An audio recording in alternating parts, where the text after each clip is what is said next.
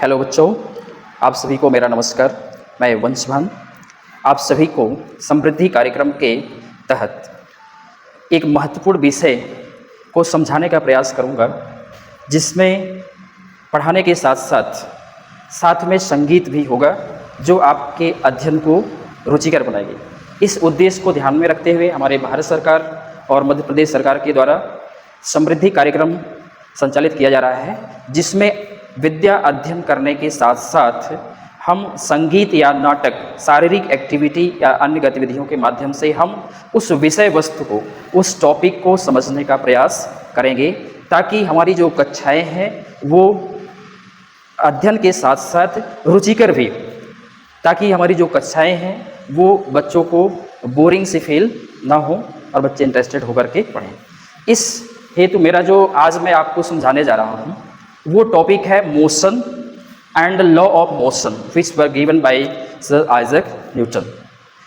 सबसे पहले मैं आपको बताना चाहूँगा कि गति यानी मोशन होता क्या है।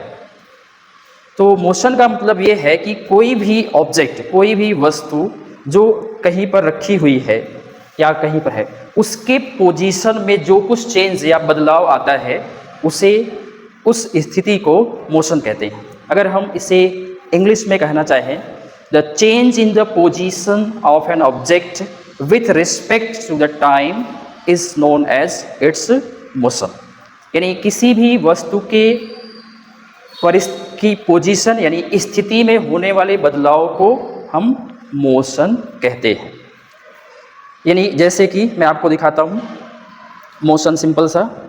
ये अभी हमारा एक टॉय बस है, इसको हम अभी ये यहाँ पर स्थित है, इस पर थोड़ा सा फोर्स हमने लगाया, ये अपने पोजीशन में बदलाव कर रही है। इसका मतलब इसमें मोशन हो रहा है। मोशन जो है कई प्रकार के होते हैं, जिसमें से कुछ महत्वपूर्ण मोशन यानी कुछ महत्वपूर्ण गतियाँ मैं आपको दिखाना चाहूँगा। पहली होती है लीनियर मोशन यानी रेखीय गति।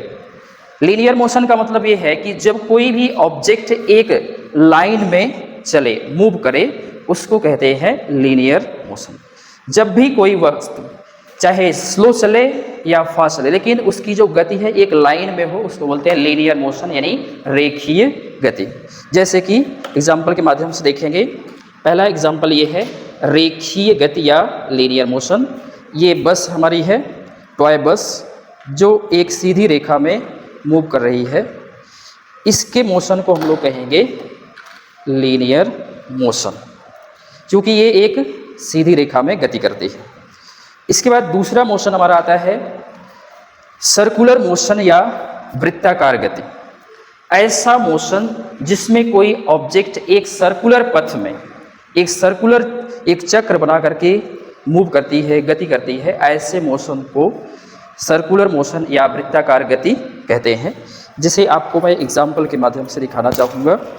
जैसे हमारे पास एक रस्सी है, इसमें हमने इसकी को बांधा हुआ है। अब इसको एक सर्कुलर पथ में घुमाएंगे तो इसका जो मोशन हो रहा है, इसमें जो मोशन हो रहा है, इसकी पोजीशन में एक सर्कुलर आकार बनता हुआ दिखाई दे रहा है। तो हम सब इसको कौन सा मोशन कह सकते हैं? हम सब इसे सर्कुलर मोशन कह सकते हैं। तीसरा होता है ऑसिलेटरी मोशन या आवर्ती गति। ऐसा मोशन जिसमें कोई भी वस्तु अपनी गति को बार बार रिपीट करती है, आगे और पीछे मूव करती है, ऐसे मोशन को ऑसिलेटरी मोशन कहते हैं। जैसे मैं आपको एग्जांपल दिखाना चाहूँगा। ये की है, ये लटकी हुई की दिखाई दे रही है आपको। इसे हम यहाँ पर खींच लेते हैं और इसके यहाँ से सभी को दिखाई दे रहा है। इसमें जो मोशन हो रहा है ये मोशन कहलाएगा ऑसिलेटरी मोशन या आवर्ती गति, क्योंकि ये एक फिक्स पोजीशन के आगे और पीछे मूव करता रहता है, इसलिए इसे ऑसिलेटरी मोशन या आवर्ती गति कहते हैं। इस प्रकार की कई गतिविधियाँ होती हैं।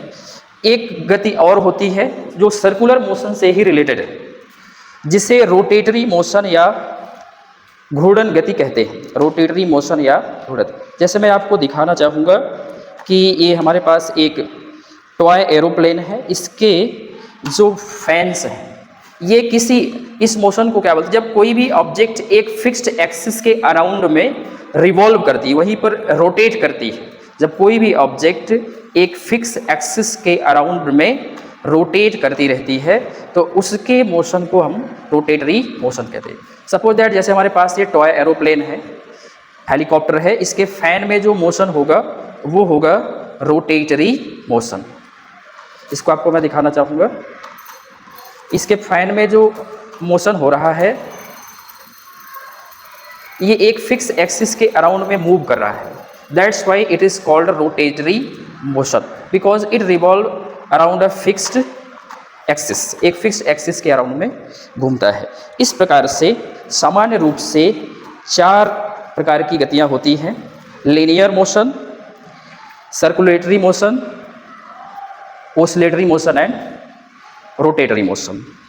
इन सभी गतियों में कहीं ना कहीं जो कि ऑब्जेक्ट मूव करती ही है किसी न किसी परिस्थिति में, इन गतियों को बहुत अच्छे से समझाने के लिए दुनिया के महान साइंटिस्ट सर आइजैक न्यूटन ने कुछ नियम प्रस्तुत किए जिससे हम वास्तव में उसको फील कर सकते हैं कि ऐसा होता है कि नहीं। इसके लिए उन्होंने गति के 3 नियम दिए। He has given 3 laws of motion, first law of motion, second law of motion and third law of motion.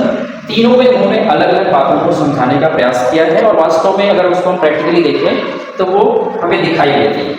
तो सबसे पहले मैं आप सभी को बताना चाहूँगा न्यूटन का फर्स्ट लॉ ऑफ मोशन क्या है। न्यूटन का जो फर्स्ट लॉ ऑफ मोशन है वो वस्तु की इनर्शिया पर डिपेंड करता है। इसके पहले सबसे पहले आप जानना चाहेंगे कि इनर्शिया क्या होता है। तो इनर्शिया क्या होता है, किसी भी ऑब्जेक्ट की वह प्रॉपर्टी है, वह गुण है जिसमें वो अपनी पोजीशन में बने रहने का प्रयास करते हैं। It which means it tends to be in its original state of motion.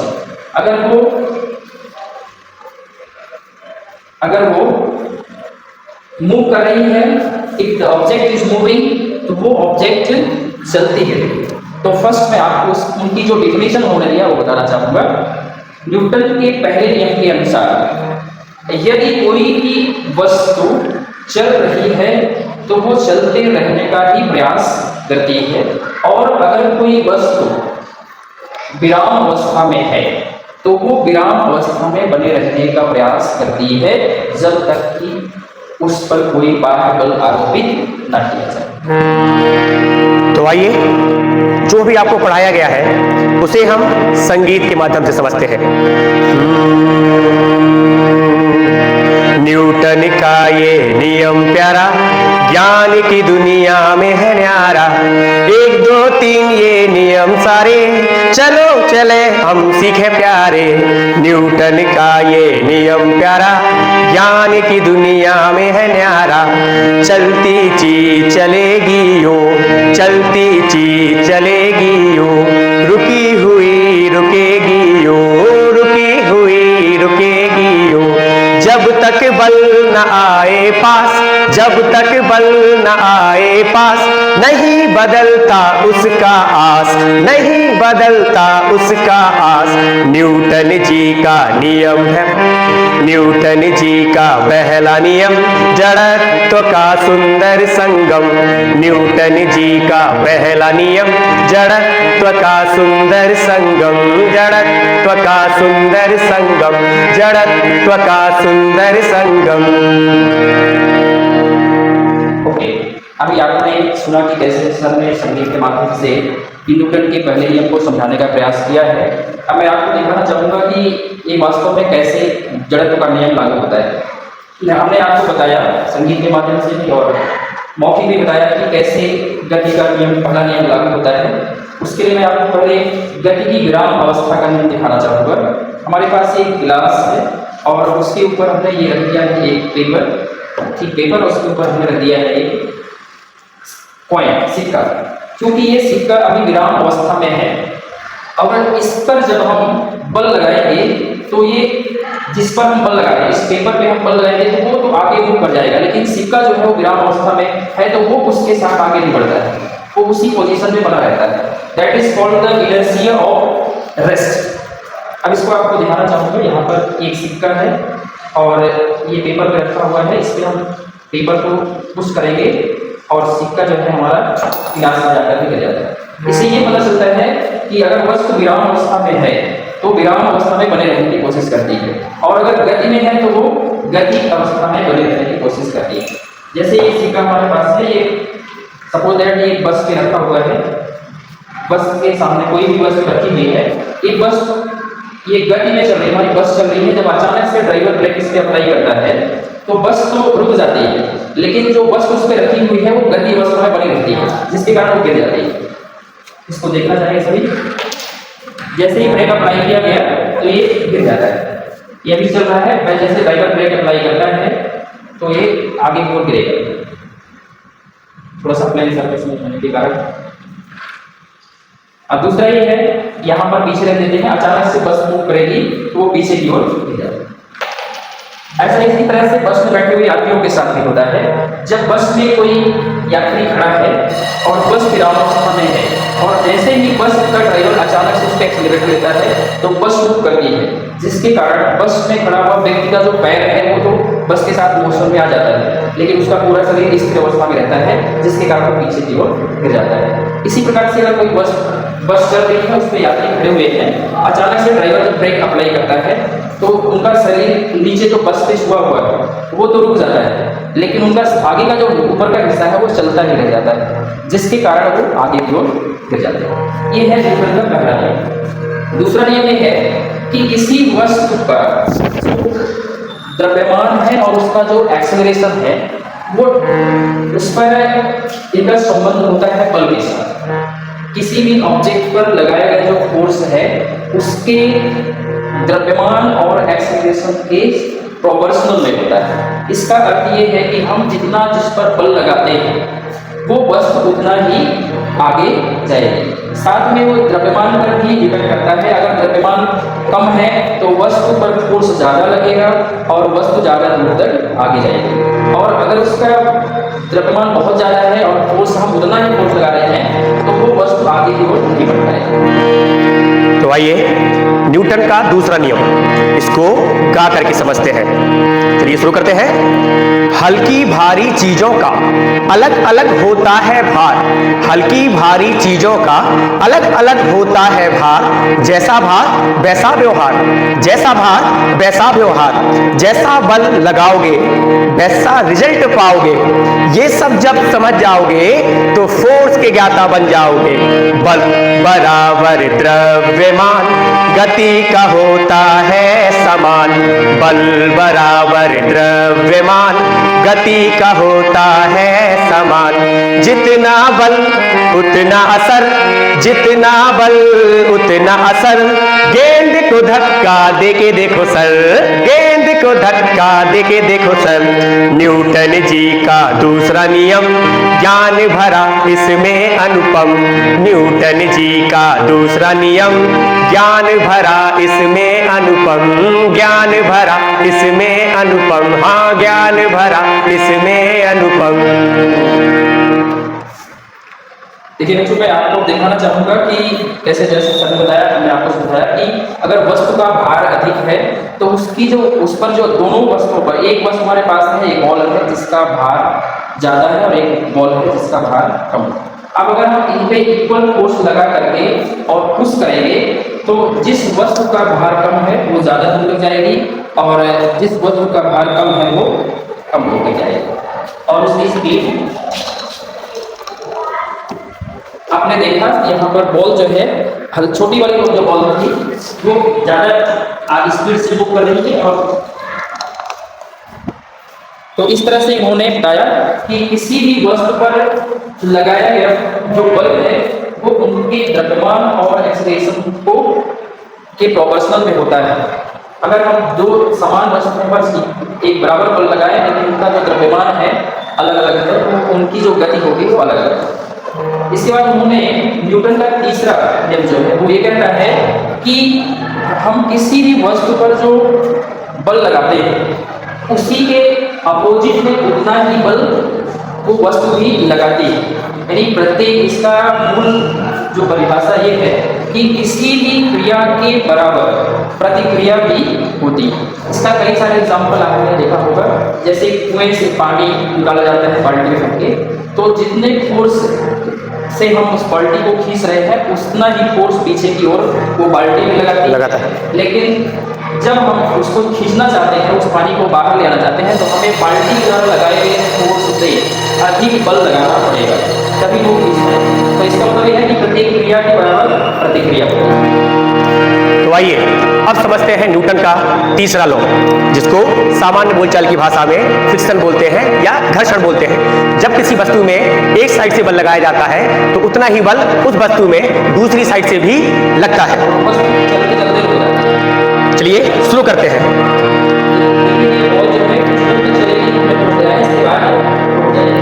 गेंद को जोर से फेंका हमने, गेंद को जोर से फेंका हमने, दूर जाके रुक जाती। हमने तो रोका ही नहीं, फिर बोलो क्यों रुक जाती। हमने तो रोका ही नहीं, फिर बोलो क्यों रुक जाती। गति की उल्टी दिशा से लगता एक और बल, गति की उल्टी दिशा से लगता एक और बल, जो चीजों को रोक देता, जो चीजों को रोक देता, सब उसे कहते फ्रिक्शन। हर क्रिया की होती है एक अलग सी प्रतिक्रिया, हर क्रिया की होती है एक अलग सी प्रतिक्रिया। धक्का अगर तुम देते हो, धक्का अगर तुम देते हो, तो वापस होती है क्रिया। न्यूटन का है तीसरा नियम, पढ़ो पढ़ाओ गाओ युगम। न्यूटन का है तीसरा नियम, पढ़ो पढ़ाओ गाओ युगम। पढ़ो पढ़ाओ गाओ युगम, पढ़ो पढ़ाओ गाओ युगम। ओके, अभी आपने संगीत के माध्यम से इस न्यूटन के तीसरे नियम को समझा कि प्रत्येक क्रिया के बराबर एक प्रतिक्रिया भी होती है।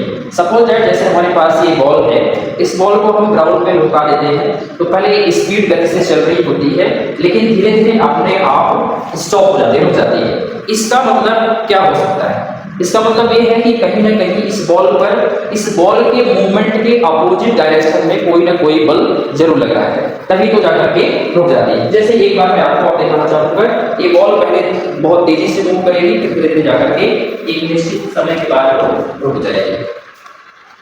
इसका मतलब इसमें कहीं ना कहीं एक बल लगा है, क्योंकि ये हमारा जो सरफेस है थोड़ा सा ज्यादा स्मूथ है, इस वजह से इसमें फ्रिक्शनल फोर्स, जो फ्रिक्शनल फोर्स है वो डिपेंड करता है सरफेस पे। अगर हमारा सरफेस जो है वो बहुत स्मूथ है तो फ्रिक्शनल फोर्स थोड़ा कम लगेगा, जिससे ये बॉल ज्यादा दूर तक मूव कर जाती है। लेकिन अगर हमारा जो फ्रिक्शनल फोर्स, अगर हमारा सरफेस बहुत रफ सरफेस है तो रफ सरफेस पर ये फ्रिक्शनल फोर्स ज्यादा लगता है तो वो बॉल रुक जाती है। दूसरा हम एक और समझाना चाहेंगे एग्जाम्पल के माध्यम से कि प्रत्येक क्रिया के बराबर, जैसे हम रस्सा कस्सी का गेम खेलते हैं तो उसमें एक तरफ से खिलाड़ी होते हैं, खींचते हैं, और फिर उसके अपोजिट डायरेक्शन में दूसरे खींचते हैं, और अगर उसमें से कोई एक छोड़ दे तो वो गिरने लगता है। यहाँ पर प्रत्येक, ये मेरे द्वारा जो खींचा जा रहा है वो एक्शन है और वो रिएक्शन है, क्रिया और प्रतिक्रिया। अगर मैं छोड़ देता हूँ तो सर के द्वारा जो फोर्स है, अनबैलेंस फोर्स होगा, वो पीछे की ओर ले जाएगा, ऐसा होता है। तो ये न्यूटन का तीसरा नियम हमें समझाता है।